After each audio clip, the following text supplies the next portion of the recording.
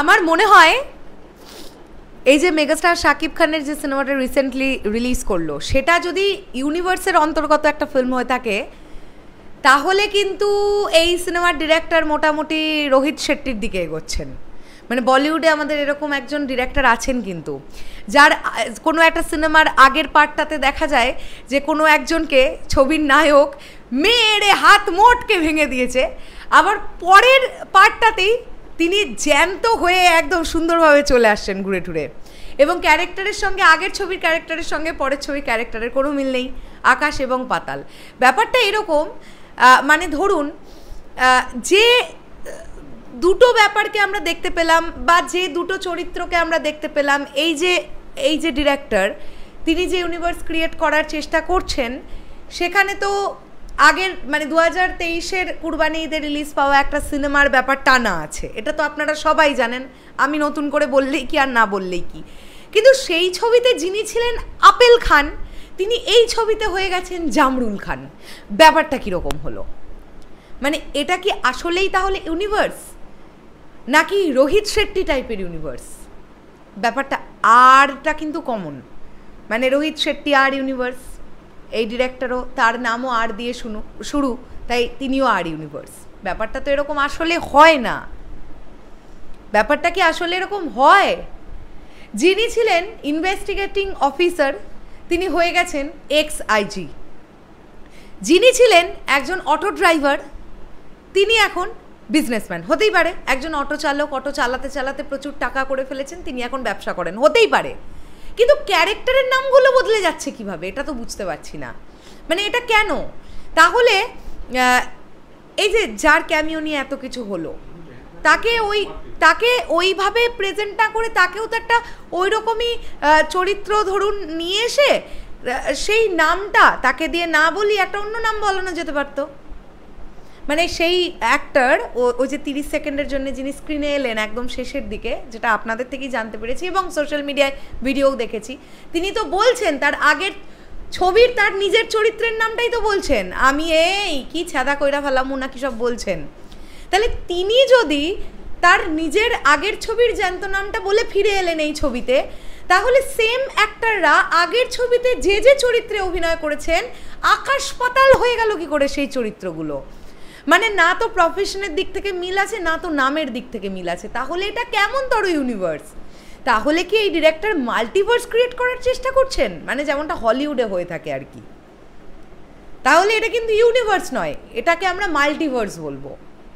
দেখুন এখানে একটা ছবি দেখাই আপনাদের, আপনারা দেখেছেন সোশ্যাল মিডিয়ায় এই ছবিটা প্রচুর লেভেলের ঘোরাঘুরি করছে। এখানে দেখুন এই যে সিনেমাটা, যে সিনেমাটা 2023 সালের কুরবানি ঈদে মুক্তি পেয়েছিল, বাবারে নাম নিয়ে মরি, নাম নেওয়া যাবে না, বুঝতে পারছেন তো ব্যাপারটা, নাম নিলেই আর কি খেজা ফু। তো সেই সিনেমাটাতে আপেল খান ছিলেন ইনভেস্টিগেটিং অফিসার। এই ছবিতে যেটা আজ থেকে 17 দিন আগে মুক্তি পেয়েছে, এখানেও সেম অ্যাক্টর, তার নাম হচ্ছে রাফিকুল্লাহ, তিনি হচ্ছেন এক্স আইজি।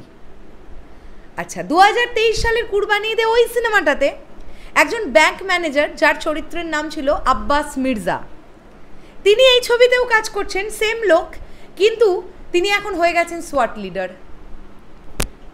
ওকে, সেই 2023 সালের কুরবানি ঈদের সিনেমাটাতে যিনি একজন ম্যানেজার্সের ড্রাইভার ছিলেন তিনি এখন হয়ে গেছেন বিজনেসম্যান। মানে ড্রাইভার ছিলেন সেখান থেকে বিরাট বড় এক বিজনেসম্যান হয়ে গেছেন। মানে তার থার্ড বাটি আলাদা, তার ক্যারেক্টারের লুক চেঞ্জ, তার প্রেজেন্টেশন চেঞ্জ, আপনারা দেখলেই বুঝবেন।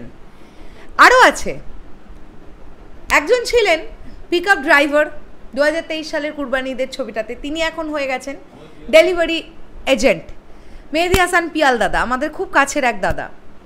আচ্ছা আরও একজন ছিলেন যিনি ছিলেন প্রিজনার ওই 2023 সালের কুরবানি ঈদের ছবিটাতে, তিনি এখন হয়ে গেছেন অফিসের পিয়ন। মানে আপনারা কোনোটার সঙ্গে যদি পেশাগত দিক থেকে আমরা যদি ভাবি যে তারা না খুব ডেভেলপ করেছেন, মানে ইনক্রিজ হয়েছে, তারা তাদের জায়গা থেকে অবস্থান থেকে এত কাজ করে করে ভালো জায়গায় উঠে গেছে যে একজন এরকম ব্যাংক ম্যানেজার থেকে তিনি সোয়াট লিডার হয়ে যেতে পারেন।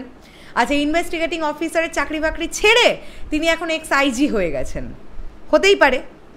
ওকে, ম্যানেজার্স ড্রাইভারের থেকে তিনি এখন একজন বিশাল বড় বিজনেসম্যান হয়ে গেছেন। এগুলো হতে পারে, কিন্তু যদি সেগুলোও আমরা হলাম, যে মেনে নিলাম যে এগুলোই হয়েছে, তাহলে ক্যারেক্টারের নামগুলো বদলে গেল কি করে? আর যদি ক্যারেক্টারের নামগুলো বদলেই গেল, তাহলে এটা ইউনিভার্স হলো কি করে? মানে শুধু হিরো দুজন কন্টিনিউ থাকবেন, বাকি ক্যারেক্টারগুলো যারা যারা যারা ছিলেন তারা এই যে এই ছবিটাতে রিপিট হলেন, সব অন্য অন্য চরিত্র নিয়ে রিপিট হলেন। এরকমটা তো ন্যাচারালি হয় না। ব্যাপারটা কেমন একটা জগা খিচুড়ি টাইপ হয়ে গেল না? মানে এটা কি আসলে ইউনিভার্স, নাকি এটাকে আমরা নাম দিতে পারি খোলাম কুচিভার্স? কি জানি, আমি জানি না। আমি যদি কিছু ভুল ত্রুটি করে ফেলি আমাকে মার্জনা করবেন। বাট আমাকে বিভিন্ন সাকিবিয়ান ভাইরা বোনেরাই এগুলো পাঠালো যে দিদি এই তো হচ্ছে ব্যাপার। দেখুন, আমি 2023 সালের কুরবানিতে রিলিজ হওয়া সিনেমাটা কিন্তু দেখেছি, এটা আমি আগেই বলে দিয়েছি আপনাদেরকে। আমি ইনফ্যাক্ট ব্যারাকপুরে সিনেমা হলে বসে দেখেছি সিনেমাটা, আমি রিভিউও করেছিলাম, এখনও আছে চ্যানেলে রিভিউ, আপনারা চাইলে দেখতে পারেন। তো সেই চরিত্রগুলোর সঙ্গে কিন্তু আমি পরিচিত। আমি যেহেতু এখনও এই সিনেমাটা দেখিনি, তাই আমি বুঝতে পারছি না ব্যাপার, মানে এই চরিত্রগুলোর প্রেজেন্স কিভাবে আসছে ছবির মধ্যে এক্স্যাক্টলি। মানে এটা তো হয় না, ধরুন ব্যাপারটা এতটা অমিল, এটা তো হয় না, এটা কেমন তর ব্যাপার হয়ে গেল? তাহলে কি আমরা যেটা ভাবছিলাম অনেকেই সেটাই সত্যি? ওই যে অ্যাক্টরের যে ক্যামিওটা, ক্যামিওটাকে অনেকেই মনে করছেন ওটা একটা ইউজলেস ক্যামিও, জাস্ট এই সিনেমাটাতে ওই ক্যামিওটার কোনো দরকারই ছিল না।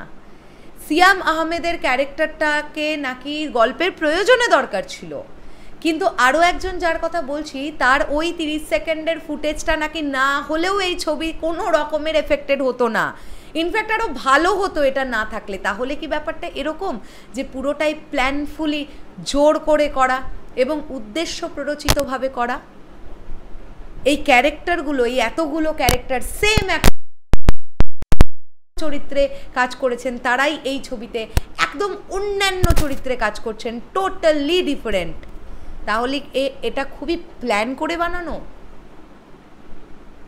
আপনারা বুঝতে পারছেন তো আসলে আমি কি বলতে চাইছি?